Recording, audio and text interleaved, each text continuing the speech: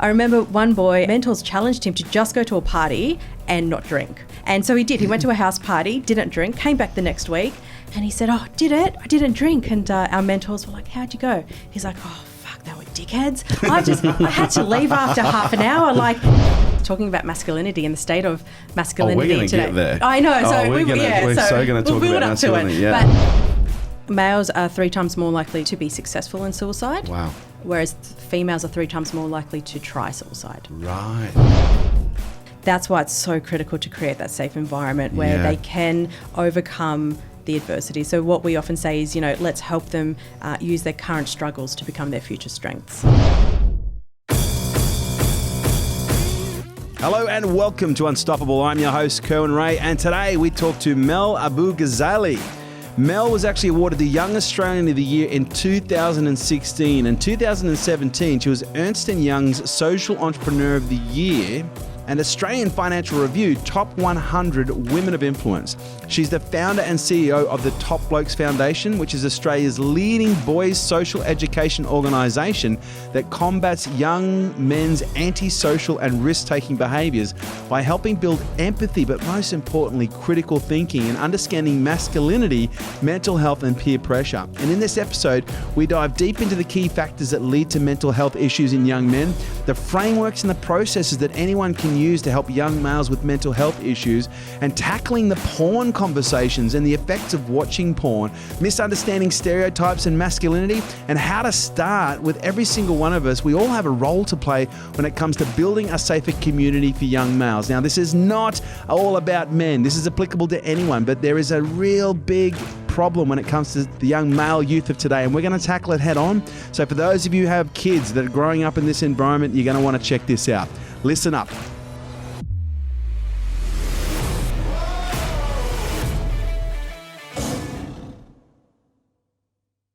This episode is brought to you by Nail It and Scale It, the world's leading fast growth program for businesses. If you have ever wanted to grow your business faster than what you can right now, if you need to make more revenue, if you need more leads, if you need more clients, if you need to know how to plan your business in a strategic way in order to hit big goals, if you need to learn how to scale your business and grow your team and your business so that you have more freedom, then this program is for you. Imagine 3 days immersed with me where we cover all aspects of business, but we do it from an immersive but also an execution standpoint. We execute every step of the way. And we're looking at 5 key areas. We're looking at your psychology. We're looking at your marketing, your sales, your leadership, and we're looking at your planning and how we integrate these 5 key areas to grow your business and your brand quickly. So if you'd like to find out more information, kerwinray.com.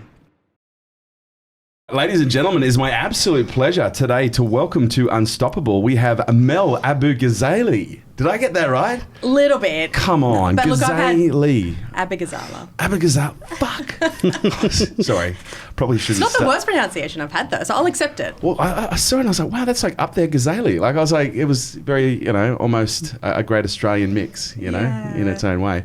So great to have you here. Thank you. Really fantastic. I'm quite excited about what we're about to talk about because we're really going to be getting into some men's health, young men's health. But for those people who perhaps don't know who you are, because you're actually you're quite a famous young lady, Entrepreneur of the Year, National Social Entrepreneur of the Year, Young Entrepreneur of the Year, Young Australian of the Year, AFR's Top 100 Women of Influence. You've done some pretty cool stuff. Yeah, I've been fortunate. You've been really? I've been so lucky. Just stumbled into it. So much hard work, but fortunate at the same time.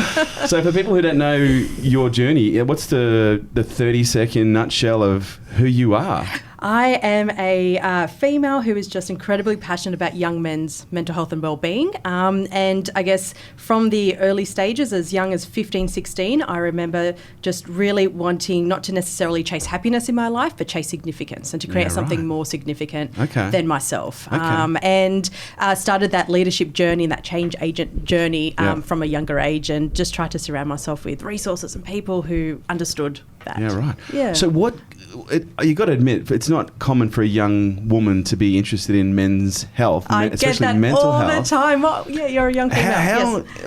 Look, don't get me wrong. I think it's amazing what you're doing, and the light in your eyes is clear that there's a fire that is driving, a real purpose here. And what I'm hearing is to leave a legacy, like you want to leave something of significance behind. But I'm curious, do you have any kind of conscious recollection of like a moment, a situation, an event where you just decided, like, I really want to be involved in this? Because it seems like, as I said, it does seem unusual, but it's great that you're doing it. But I'm curious, how did you go from, where'd you grow up? In Wollongong. In Wollongong. So you've grown up in the Gong. Regional, yeah. Grown up in the Gong. So you went to public school, private school? Public school. Near Dapto, if anyone knows Dapto. All right, Dapto. Hello. Big shout out to Dapto. The Daptos. That sounds a bit special, doesn't it? And was there a defining moment, or was there a series of moments? How did you get to that point? Definitely a series of moments. So my parents migrated to Australia from Jordan in the 70s, and my dad wanted to be a doctor but was never given the opportunity by his father because he grew up in, I guess, a developing country where his role was to go and work as quickly as he could. Right. My mum was married at age 18 and only knew my dad for 3 months. Wow. So I saw that battler journey that they went through, and when they came to Australia, all they wanted to do was send their future children to university. So they didn't have the privileges that we were born into, even though I did grow up in a regional area and I did see disadvantage around me. And I think what I learned was you need to work hard and get yourself to a lifestyle or a life that you want, and it's not going to just be given to you. So I think that definitely helped to build the work ethic that I've had over the last 10 years. And I think when it comes to why supporting young males, I just saw, I think, time and time again, a lot of young males who, whether it was within school or within my social circles, who really struggled and didn't feel like they could speak out. There were talks of mental health and there were talks of suicide. And I think just we needed to find a way to build some sort of strategies or interventions that work for young males. And I was a young person that went to school, and you have speakers and you have keynotes that come to school, and you don't necessarily remember years later what that piece of advice was or the purpose of that presentation. So for me, I became curious, what can we create, or how do we get young men themselves to design an intervention or some sort of initiative where young men themselves want the support, want to change and challenge the culture that they're within. And so I guess for me, I've just seen my role as a facilitator of that, creating some platform where young men themselves can try and really drive that cultural change. Right, and giving them a safe place to do that. Safe place to do that, yeah. So let's talk about the problem, because I think that's where the real significance really is. Like, what is the problem when it comes to young men's mental health? Well, I think the problem is, when we look at the statistics, we know that... let's talk about that, because I think... There are so many statistics we can talk about, yes. I'm hoping you've got, like, in your pocket, like, the Rolodex of everything from, self-harm, addiction, all the way through to suicide, because I think this is the kind of stuff we need to be talking about. We need to be talking about the social impact, because I think oftentimes we shy away from the things that are uncomfortable to talk about, which is kind of how we get to this situation in the first place. So what are the statistics when it comes to young men's mental health? Yeah, so we know, and this is something that's come out quite recently, we know that 6 males will suicide every day, and I think 82... And that's just in Australia? And that's just within Australia. And we know that's young males? Oh, well, that's all males. All males, 6 males a day? Yeah, 6 males a day. We know that suicide is the leading cause of death for young males. Wow. What age bracket does that 16 to 24, 14 to 24. 14 to 24, the leading cause of death is suicide. For young males. We know when it comes to juvenile justice, 4 out of 5 young people in juvenile justice are male. Wow. So there's a lot going on around their anger, their aggression, their antisocial behaviours. Yeah. And for us, we often see young males where that's just the underlying issue is their mental health, and it just comes out, what about addiction? Any statistics around? Well, Callum, do you know any statistics around? Well, ladies and gentlemen, welcome to the show. We have Callum here as well. He's our stats guy. So. Hey, g'day guys. I'm Callum. So I don't have any stats on addiction per se, but what we do know is that the younger you are, obviously you're going to have more risk-taking and peer pressure situations on hand. And so you do find that the more likely somebody is to, have access to drugs or alcohol at a younger age, the more likely that activity is going to ramp up when they get older. Yeah, right. Yeah. Yeah, and then also, and I'm sure we're going to get into it, and we could spend so long on this, is talking about masculinity and the state of masculinity we're going to today. get there. I know. So we're so going to talk about masculinity. Yeah. But I think that has a lot to do as well with young males not necessarily feeling comfortable to be themselves, their authentic selves, and that can lead and drive their behaviours around the antisocial. So the problem's pretty significant, and it's not that we're leaving women out of this conversation, but it's just we've got to focus on men, because in contrast, there's 6 males a day. Do we know in contrast what the female suicide rate is? Yeah, well, what they say is males are 3 times more likely to suicide. Right. Sorry, to be successful in suicide. Wow. Whereas females are 3 times more likely to try suicide. Right. So what we're seeing is that males are using more extreme methods and are completing their suicides compared to females. So I think when it comes to suicide and mental health, definitely it's across the board. It doesn't discriminate there. But we are seeing males who are overrepresented in suicide. So where's the point of intervention that you specialise in? So we are preventative and early intervention. So we work with young males from as young as 10 years old, where, you know, by that point, they might have heard the term mental health, they might have some conditions themselves, up until 24 years old, where they would have had life experience, whether it's to do with mental health, crime, or, you know, social anxiety. Because what I'm finding really quite shocking, because we do a lot in the area of, I talk a lot about parenting because I love to be a dad, right? And, you know, I understand the importance of the role that a parent has, especially when it comes to the mental health of a child. But one of the things that I see on a regular basis is we have had a number of our clients, because we do a lot in the area of parenting education, because I'm passionate about parenting, we get a lot of our clients that come in and talk to us about parenting issues, and these are entrepreneurs.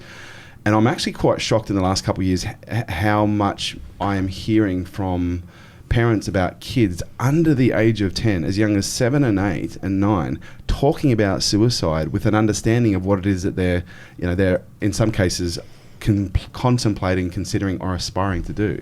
It's kind of scary. It's very scary to know that young people as young as that would understand what suicide is and even thinking about it as well. Yeah. It's a big leap to think shit, when I was 8, all I thought about was, you know, what time I could get out of school to play. You know, so it makes me think, like, what's going on?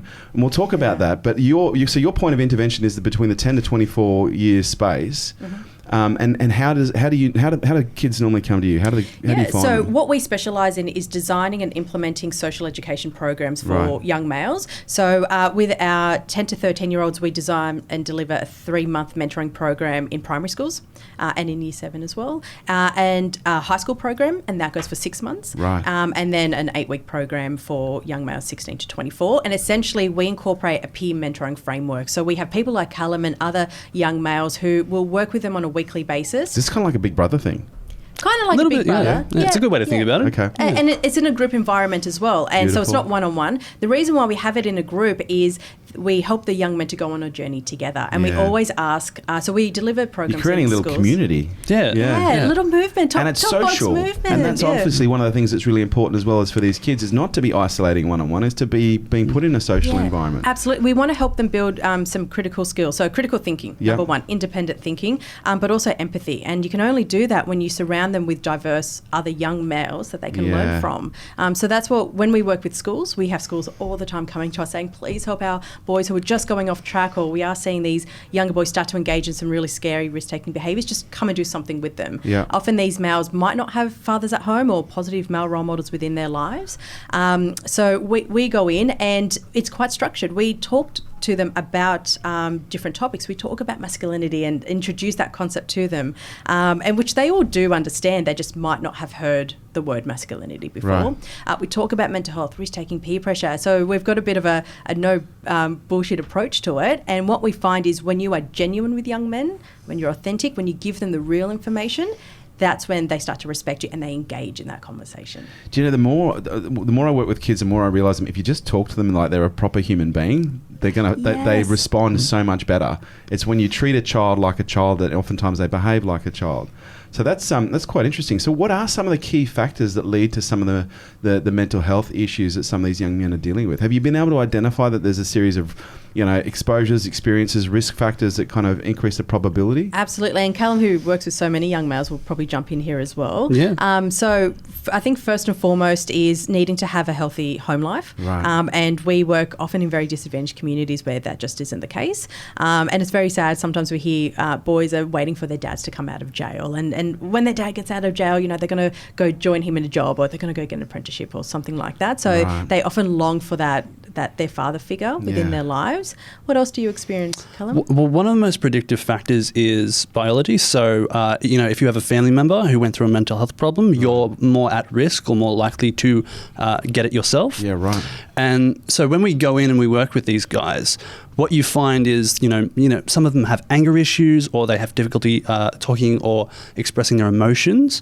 And so if you don't, give them that language, give them that ability to communicate, what you find is people become a little more stunted in their ability to process them. And that over time itself might build up to a mental health problem. So what you find, it's progressive over time. Okay. Do you think there's also a biological element in the sense of how these kids are adapting to high stress environments, where perhaps there's maybe not necessarily a lineage of a mental health issue, but they're being brought up in an environment that is dangerous, it is high risk, and the kids aren't learning how to regulate properly, and as a result, they develop other issues outside of mental health issues that in some cases become big issues themselves. Yeah, definitely. Like, I'm sure you and I can speak to, maybe we had exams or assignments and that kind of pressure, that kind of stress. Now guys are being brought up with a phone in their hands. Yeah. They're adapting that technology really quickly. And so it's that immediate feedback loop where they find that, either they get a reward or they get that extra stress in their life. Right. If someone didn't like their photo or, share their, post or whatever, that adds into their daily regimen of, is this stressful? Is this making me feel something that I don't want to feel? Yeah, right. And so are there any other key factors that you've seen? So we talked about biology, we talked about home life. Yeah. Oftentimes, the biggest factor in and of itself is your ability to communicate and your, willingness to be open and share it. Right. So when I guess I want to cut straight to the chase here. Like, is there much of a factor when it comes to sexual abuse? Because I didn't realise how large the statistics are in the area of sexual abuse with males. And I know we're touching on some heavy shit now. And for those people who are listening to this, obviously we don't mean to trigger anything. If anything, what we're trying to do is have a very open, honest conversation that is bringing some of this stuff to the surface so that people can be more educated and aware. So if you are listening to this and this is something that is quite triggering for you, then maybe this isn't the episode to listen to. But in that said, maybe there's some opportunity in that pain as well. Is that something you're seeing coming out in your work as well, or is that not as prevalent? We might not necessarily know about it, but we do often come across young males who have a trauma background. Right. And that trauma background could involve sexual abuse or neglect or physical abuse in some as well cases, by their families. So, and I think for us, that's why it's so critical to create that safe environment where they can overcome the adversity. So what we often say is, let's help them use their current struggles to become their future strengths. Yeah, nice. It's a lot of reframing. So that's actually where I guess I'm interested in now. You have a point of intervention where you start working with these kids.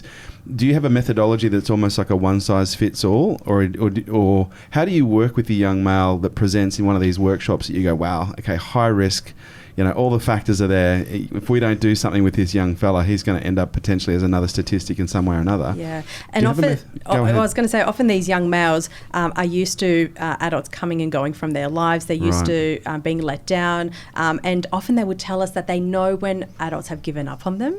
Wow. And so they internalise a lot of that. So for us, and this is the work that Callum does with the boys, is to help break down those barriers and to say, I am going to be here week after week for the duration of the program. And I am here to help you succeed. I want to bring out the inner top bloke within you because you are destined for greatness. Because that's what it's called, the Top Bloke program, isn't it? Top Blokes Foundation. Top Blokes Foundation. Absolutely. And young men, and that's what young males want to be. They don't necessarily want to be a leader or aspire to that, but they want to be a top bloke. They want to be a good bloke. They want to be known as a good bloke. He's a good bloke. He's a top bloke, exactly. And they want their friends to know them as a top bloke as well. So very cool.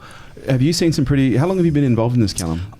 Just over 3 years. Okay, and how many kids have you mentored in that time? Countless kids. And have you seen some pretty spectacular transformations? I've seen some amazing transformations. I've seen guys who, don't have any ability, any sort of language to talk about their emotions, to share what they know, share what they feel, who end up leaving the program not only talking about their emotions, not only talking about their mental health in, daily terms, saying I felt a bit down, a bit sad today, right? Yeah, right. But going out to their mates. So what we find is the guys who do the program oftentimes become the mentors for their friends in their friend group. Right? Yeah. So you've got guys who end up being top blokes and then they go out and they make more top blokes. And is this a natural consequence, or is this how you're framing it? It's a natural consequence. Yeah. That's leadership. Leadership is a process where you create another leader. So you really are, in many respects, actually teaching these young blokes leadership skills in essence as well.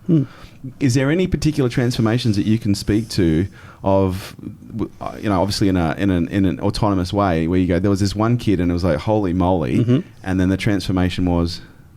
So we do a lot of group work, so it's hard to pick out the one individual, but I can give you a couple examples if you like. So cool. I do remember one group in particular, a lot of them came to us with a lot of mental health illnesses, some ADHD, some traumatic backgrounds, maybe even suicidal. And so that was sort of peeled away time after time, bit after bit. And so you work with them and they themselves become that supportive network. So when we jumped in, we started talking about mental health. We started using the correct language and saying it's okay to talk about your feelings. So how do you introduce mental health to young blokes? Like what would you do? How would you introduce it? So that's a great question. So we start off by talking about physical health. Right. And we ask them, what do you do to keep yourself physically well? Clearly, you exercise, you probably drink water, you eat healthy food. You know what it is that makes yourself physically well. Right. So why is it so hard to talk about mental? So you talk to your friends, right? And then you start unpacking that, right? You eat well, you feel well, you are well, right? So we talk about how physical health is so interlinked with mental, and that's the great jumping off point. Yeah, right. And they're open to these conversations. Well, because, and I think within Australia especially, we've talked about physical health for decades now, and so they know what is healthy eating and what's not healthy eating. And then when you then turn it to a discussion about mental health and what is it that you can do to be mentally healthy, it just seems to make a lot more sense to them. Yeah, right. And I think young people today especially have increased mental health literacy compared to decades ago, and they know what depression is, they know anxiety, bipolar, that they know people who have gone through these experiences, so it's a great starting point. And they also know what porn is and oh yeah, absolutely, all the other terms that come along with that hashtag naughty stuff. Yeah, exactly. So they know more than maybe what previous generations have known, so it's a great starting point, and we just help to build on top of their knowledge and also help to break down the stigma as well. So we don't see as much stigma with young people today as what we might see in other generations, which is really, really exciting. It's not uncommon for the young guys to say, I've gone to Headspace, I know exactly how to get a counselling session, I know who the school counsellor is, so they feel comfortable to talk about that. And so we often see that the idea of mental health is normalised. Yep. It is within some of these groups. Yeah, right. So getting back to my question before, I think I cut you off a little bit. Do you have a framework that you take people through that we could even perhaps roll through that might be supportive to someone who perhaps doesn't have access to any programs, but they know they're either a teacher, a friend, a parent, and they go, I can see my kid's got some stuff going on. Yeah. Okay, what are some simple tips, hints, or a process that I could take them through to maybe help them come out the other side a little bit better off? Yeah, so what we do is we actually go through 16 or 18 topics with young males, and for us, our framework is a holistic approach. You can't just talk to young males just about mental health and hope that everything else in his life works out. You can't just talk about respectful and healthy relationships and hope his mental health is going to improve, and you can't just talk about anger or just talk about porn. It has to be a holistic approach. So the first half of our program, or first third of our program, we talk about healthy decision making and helping them to understand the choices they make about themselves. So that is going to relate to alcohol, to drugs, to peer pressure, to risk taking. We then transition, once they've got those sort of skill sets, understanding that there are consequences to their choices. We then move into healthy relationships. So we talk about sexual consent, which is quite big. We talk about sexuality and gender. We talk about the relationship with their parents, and even in a school context, humanising teachers, because often they don't remember that teachers also face their own struggles as well. So we then, in that phase of the program, build their empathy and their ability to connect with others, building their assertive communication skills, helping them to improve their conflict resolution skills as well. And then later in the program, we go into some of those, deeper topics that you can't necessarily talk about at the beginning because they don't have the maturity. And that is talking about discrimination, talking about racism, talking about what life will look like for them after the program as well. So, and because it's over a 6-month period, each week, obviously, you're seeing them grow. And what we love about the program is you might give them a couple of tips around how to say no to alcohol at a party, or how to navigate that tricky social situation that they're in, and they'll go out and they'll try, and they'll come back next week and say and tell us a story of how they've actually said no to alcohol. And I remember one boy, and this was quite a few years back, our mentors challenged him to just go to a party and not drink, right? Which is hard to do, I think, for a 16-year-old. And so he did. He went to a house party, didn't drink, came back the next week, and he said, I didn't drink. And our mentors were like, how'd you go? He's like, fuck, they were dickheads. I had to leave after half an hour. Like, is that what I'm like when I'm drunk? We're like, well, that's it. That's what we want you to experience, is life a little bit differently. That's so beautiful. Yeah. Why isn't this in every fucking school in the country? Oh, we need someone to develop money on trees. Yeah, right. Yeah, why hasn't that been developed? So for us, how do you get this out there? Well, we're fortunate. We have schools come to us, so we don't necessarily need a really active marketing strategy because the need is just so great. Are you able to supply the need that you have right now, or is your demand stripping? It's always so much more than what we can afford, because we're a charity. So you need to scale. Yes, and we have tripled in size over the last 18 months as well. So it sounds like you need to 30x. Yes, well, look, if you want to help us do that, the need is definitely there. Yeah, and we get calls all the time from people all across the country, from parents and grandmothers and schools, saying we just don't know what to do with these boys. And these aren't bad boys; they're good boys. They just need support, and they just need some mentoring. So that's the struggle that I deal with, I guess, as the CEO. I'm going to introduce you to a good friend of mine as well, who I think would be just as interested and passionate about this as I am, because this is the beginning of something, by the way. This is the genesis of something. But Nick Cummins, the honey badger, he is a massive advocate for young men, mental health, and he's even got his own Rogue Gentleman's Club that is the next evolution of his brand and his business, where he's actually taking younger blokes, but in the older demographic to yours. And he's taking them out to, go fishing in the Kimberleys, to, do these adventures and to do these big hikes, and just bringing them and helping them talk about this kind of stuff. He would be an incredible advocate for what you guys do. Oh, absolutely. And we're always happy to talk to anybody who wants to support the work that we're doing. I'll be Cupid in this one. Oh, thank you. So what are the other tricky, okay, is there more? Because that methodology sounds really sound. And I listen to that and I'm like, wow. Yeah. Imagine every young male and even young female in their own sense going through some kind of training like that. That would be incredibly powerful. Yeah. And a lot of the topics start to relate to each other. So when we talk about anger management, you can't talk about that unless you're talking about mental health. You can't talk about healthy relationships unless you're talking about anger. Yeah, you can't talk about healthy relationships, anger, and mental health unless you're talking about pornography. So they all interrelate, and we see the young males then start to connect the dots. Right. And it doesn't happen in the first few weeks. It happens in week 9, week 10 of the program, where they start to connect the dots and understand how it actually all relates together. So porn, I would imagine, is a biggie, or it's becoming a biggie. It's huge. How do you guys tackle the porn conversation?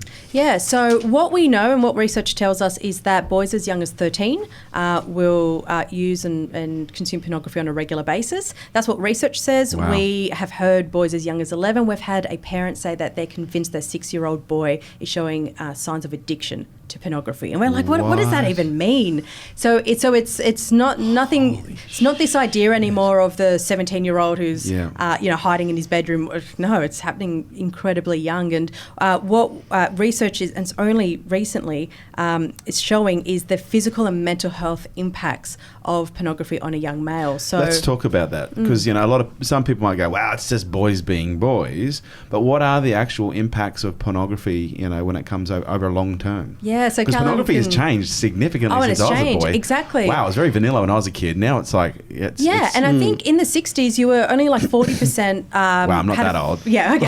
Wow. No, in the 1960s. Really? Wow.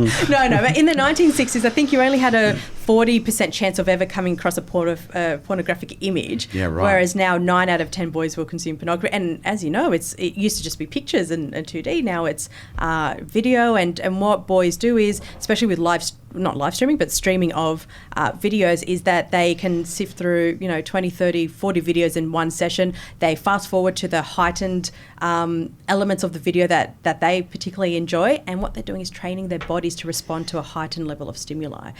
So when they're 13, 14 doing it, and they do it for years, when they've had their first sexual experience at, let's say, 16, 17 years old, they can't respond to, their partner how they would back in the day, because their body just isn't physically capable of doing that. So there's a lot more research now talking about what they call porn-induced erectile dysfunction, which is young males who are experiencing performance anxiety because they've trained their body to a completely different set of materials.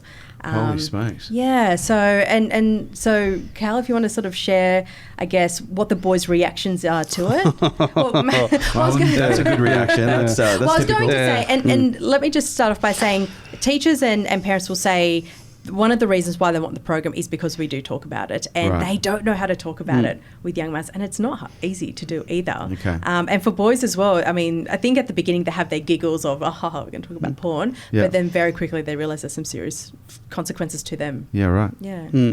So when we jump into the program, we obviously say, you're underage, you shouldn't be watching porn. You need to put that stipulation in there. So you actually set a rule. Yeah. Okay. I would imagine that. So that's well, the reason why is they need to recognise the material hasn't been designed for them. Right. The material has been designed with adults in mind, but these are underage young people who are viewing it. So it's unsafe for them to view it. I don't know, but there's a part of me that when you tell a child to do, they can't do something, that just makes them want to do it more. I just would have thought the better frame would have been, look, we can't stop you if you want to, but these are the reasons you shouldn't. Well, that's exactly. But we do just start off just to remind them. Yeah. So when you tell me not to, yeah. Not talking about porn, but if you tell me not to do something, I'm just that way inclined. Yeah. So maybe I should probably reframe what I meant. So, we say that's what the law says. But obviously, you're young, you're going to do something dumb. Yeah. Right? So when we go in there and we start... That's a bold assumption. Carry on, Callum. Well, I mean, you're more proponent. Straight I am. Yeah, you're more likely to do something, risk taking and something done with your mates eventually at some point, right? So when we get in there and we start talking about porn, obviously they're like, we're going to talk about porn. This is great, and they're thinking, well, the boys are talking about porn today. So when we get in there and we start talking about, what effects it has on you, and we start saying, guys who, might, have erectile dysfunction start, watching porn at this point in time, start viewing this sort of extreme material, and they start looking around at their mates thinking, oh, this is me. This is what I do, right? None of them actually say it because you get silence in the room. Right, and then you start saying, you're going to be with a girl or a guy or somebody, right? And you're not going to be able to get it up. You're not going to be able to perform. Your expectations are going to be so unrealistic that you have no idea of how to actually engage intimately with somebody, right? And that's that moment of clarity where they finally understand what it is, right, and what effect this has had on them. Yeah, right. And so, how do you then? What's normally the most common comeback you get from a young man when you're having these conversations? Because I'm going to assume there's some level of resistance to wanting to change. I'd say you get the giggles, right? You get guys who say, So what we do at the end of the porn workshop is we set them a challenge, and we say, if you guys don't think you have a problem, that's great, right? Don't watch for 30 days. Let's see how you go for a week, right? Until the next session, right? And then we see how they do. Right? Some of them do it, some of them don't, right? But it's that moment of realization whether or not they actually have the capacity to withhold themselves. Yeah, okay. That's interesting. Wow. And I guess another big topic that seems to be quite popular at the moment is toxic masculinity, or even just masculinity in general. Because I think, I don't know, I'd hate to be a young man growing up today, although I'd kind of love it at the same time, because there is so much misunderstanding or misrepresentation around what it is to be a man or what masculinity is. Is this a subject that you guys cover with the young boys? We run a whole workshop on it. Yeah, right. Yeah. So how do you talk about it? Yeah, and I think first and foremost, it's so, particularly with this, it's the use of language. The use of language is so incredibly important. So the approach that we take is we don't debate the toxic versus non-toxic. I don't know. I think we have I just think it's not inclusive language to talk about toxic masculinity. But what we do help young males is to understand where masculinity has come from.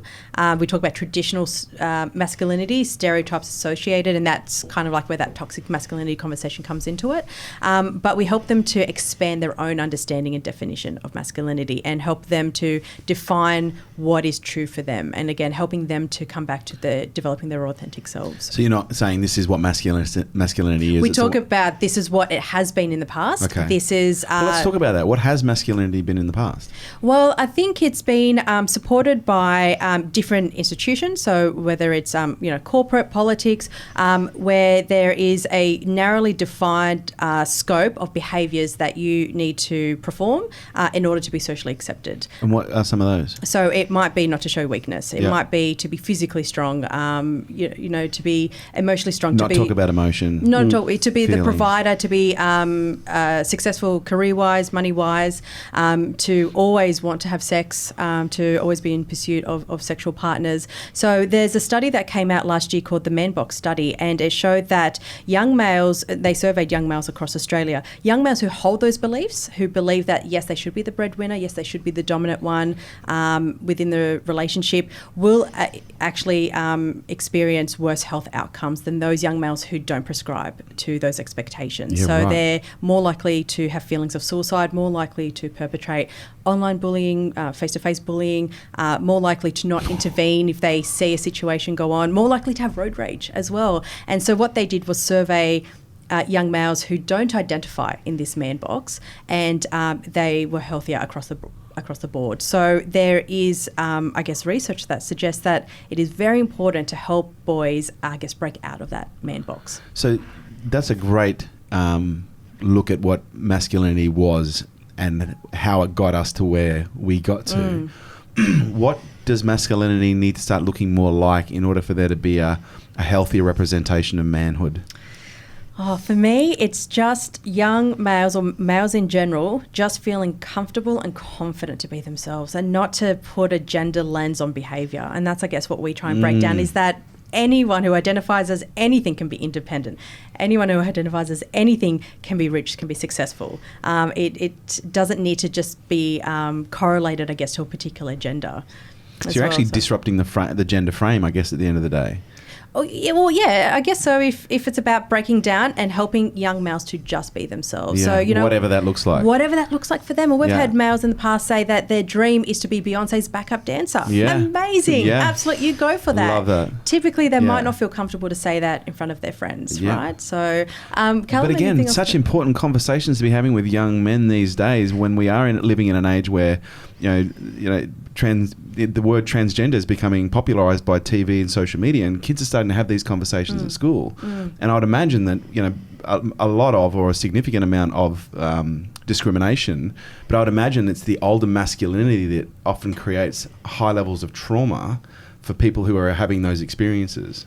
Yeah, absolutely. And young people who are transitioning are always... How do you talk about... Do you talk about that with kids? Yeah, well, we have to help to reduce the homophobia that exists and the transphobia that exists. And we know that young people who are transitioning will experience higher thoughts of suicide or higher suicide rates. And a lot of the abuse can occur within schools. So I think 80% of abuse that LGBTI young people face is within a school ground. So that is not a safe environment for them. Yeah. And these young males we work with can be upstanders and can help to reduce the bullying and the harassment that goes on. So they are incredibly powerful. So we help for them to just understand what other people's experiences are, so that they can build that empathy and understanding and ultimately acceptance. I love what you're doing. Like, I absolutely love what you're doing. Because to be honest, I knew who you were, but I didn't know to the degree what you did. And now that I'm hearing what you do, it's just incredible. And you've been doing this for 10 years now. Yeah, I think the organisation started, 12 years ago. When I was 19. I've lost count of how old I am. That's telling. Well, in the 1960s. So you've built this into is this a not-for-profit? Is this a business? So not-for-profit. Yep. We are focusing on generating our own revenue, though, with the program. So we do accept donations, and we do need grants to operate. And we also ask schools to pay a small fee towards the program so that they've got a bit of skin in the game. And what we're finding is we're working with whole cohorts of young males within a school environment, and we're seeing school-wide impact. We're seeing schools and the executive teams take young males' health more seriously. They're changing some school policies to support the young males a little bit more. They're putting a teacher to be the head of boys' welfare, which is unheard of previously. And we're also engaging parents, because that's the other element. And just going quickly back on masculinity, boys will often say that they get their values from their parents, or that it's just reinforced within the household. And what we've been piloting, and we're hoping to be able to roll it out, is just a very simple intervention where a boy will select a supporter, young male will select someone within their life who they trust, and at the end of each workshop, we'll send that supporter an SMS, simple SMS saying, today, your son or that young male talked about risk taking. Talk about a time you took a risk and it didn't work out and what the consequences were. And just by a simple intervention of an SMS, we have seen fathers have more conversations with their sons, quality conversations as well. And sometimes the boys will say, oh, no, I don't think he's talking to me about it. But the father would actually say, you know, I sit with him and we're just watching TV. Something will come up, for example, you know, some recent allegations with sports stars.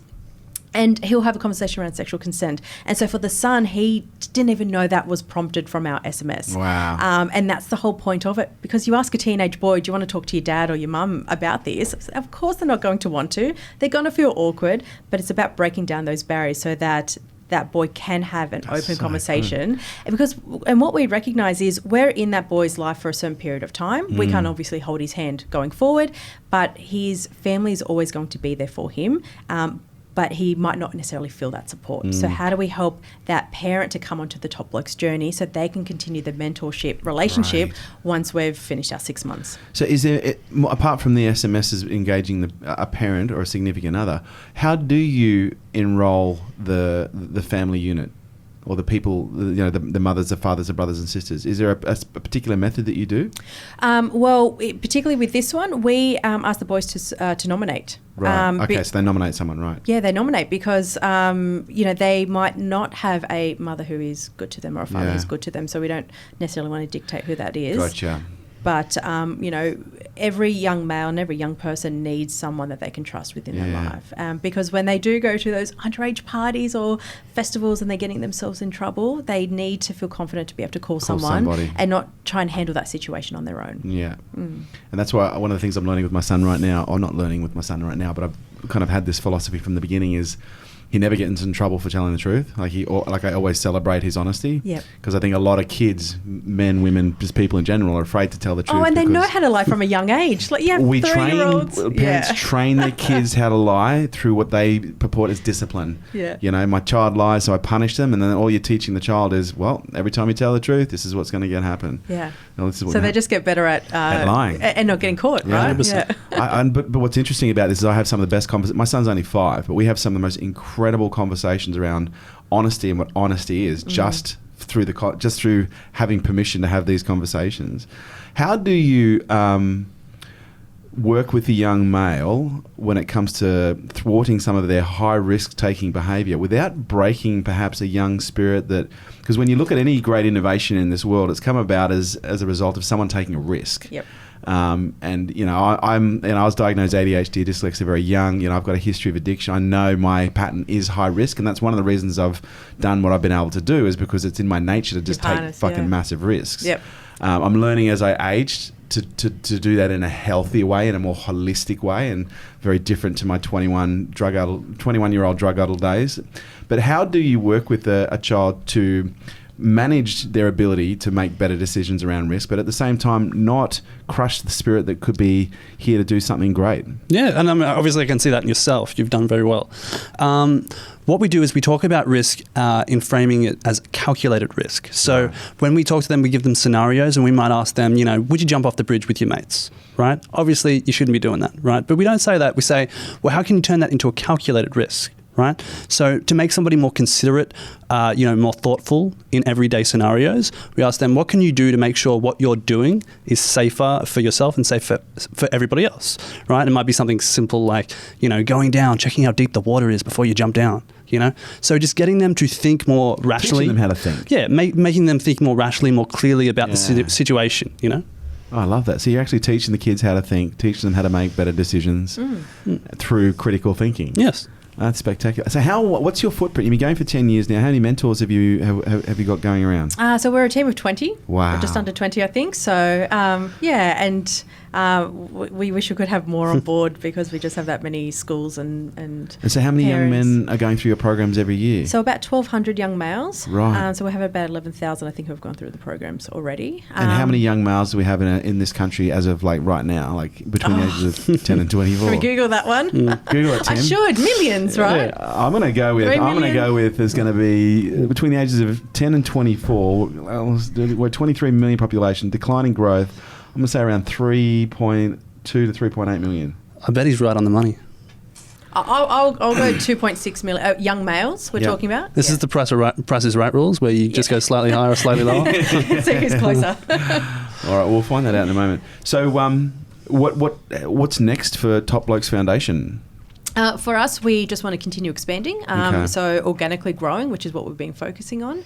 Is that what you focus now more on, is the growth of the actual business? Yeah, so that's my role, absolutely, and making sure that we're also embedding a lot of evaluation work and measuring our social impact, because that's the other side, I guess, of the not-for-profit is there are a lot of programs and services and you feel like they're all doing a great job, but are you actually evaluating and knowing what sort of impact you're having? So we're just about to finish a 3-year study with EY, Ernst & Young, and measuring our programs. And so what we've learnt so far with the schools that we've worked with is we're helping to reduce the boy suspension rates, their what they call negative entries, helping to reduce teacher stress as well, because these boys are feeling more settled, they're engaging in class more, their connection to education is improving. So as a result, the schools are actually seeing some benefits there. So we're doing some cost-saving sort of work there to understand build some business case studies. Yeah, absolutely, and the figures and data, and that's all what principals want to see. So what we can do and what we do is provide a report at the end of the program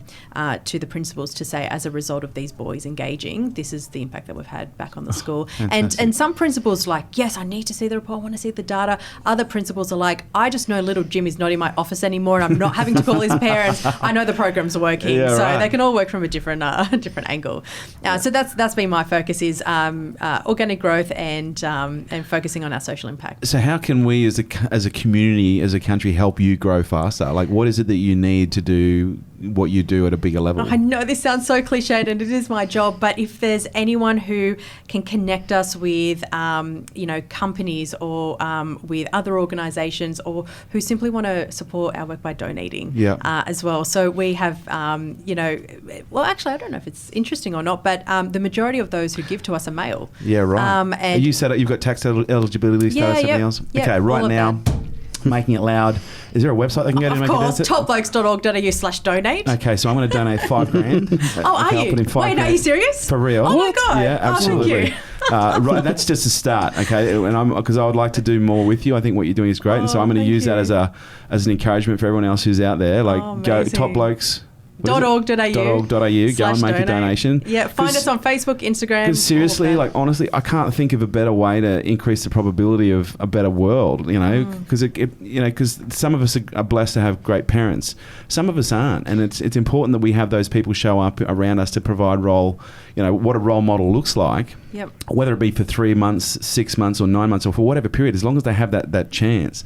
I think what you're doing is incredible. Yeah, and incredible. Every young male needs a champion in their corner who's just supporting them along the way. And when they're teenagers, that's usually the first time they're making or the risk that they're taking can actually have severe consequences. So, one punch hits or the road accidents. So that's the prime time for us to really work with them to help build the skills that you said, critical thinking, so that they're keeping themselves safe and keeping their mates safe as well. And one value that we're also working within the program is this idea of upstanding. So we often talk about bystander, but upstanding, helping young males to not just witness, but to stand up and try and not necessarily intervene in a physical situation, but to be able to make a stand and to get the right help and I guess not to reinforce, some of the more poor behaviours that we've seen other generations do in the past. Yeah, no, I love it. Yeah. How many people are in your core team, the business team? Oh, 2.5. 2.5? Okay. We're very lean. Whatever money we get. I want to bring the three of you in. We've got a program we call Nail It and Scale It, which is basically a 3-day program on how to, establish and grow a successful business. Wow. This is what we do. My genius is growing businesses really quickly. It's a $5,000 program, but I want to give you 3 tickets to come. No. Yeah, for you. Complimentary. You're not only complimentary, you're going to come as a VIP guest. VIP guest. Callum, we have one today. You have. No, because what I'd love to do is, because one of the things that I've seen having worked with not-for-profits before is they literally operate under this paradigm of a not-for-profit, which is they make no money. Yeah. And so for me, whenever I work with a charity, one of the first things I do, I show them how to be commercial. And I can tell you've got a commercial head on you. And I just love to see if there's any perhaps business skills that we could give you that would help you scale what it is that you're doing. Oh, absolutely. That would be amazing. And one thing that we're establishing is a sustainability fund because we don't want to operate paycheck to paycheck, which we see so many charities do. Yes. And so with our sustainability fund, we're hoping to at least get, a quarter's worth of operation costs in there so that we are safeguarding our future. Okay, fantastic. Yeah. Have you written a book yet?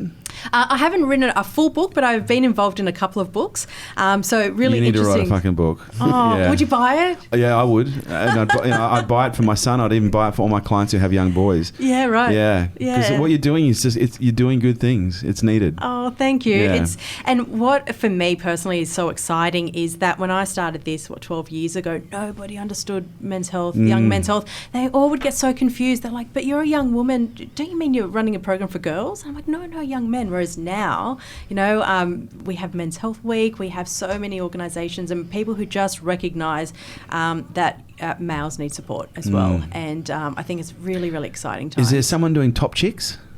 There's a lot of programs for females out there. And I was one of those young women that was classified as disadvantaged. So I got to be involved in all these female programs, female-only mentoring programs, scholarships, to help me be the best version of myself. And I guess my privilege and platform that I've had is to help young males to be their best version of themselves. I love it. Fantastic.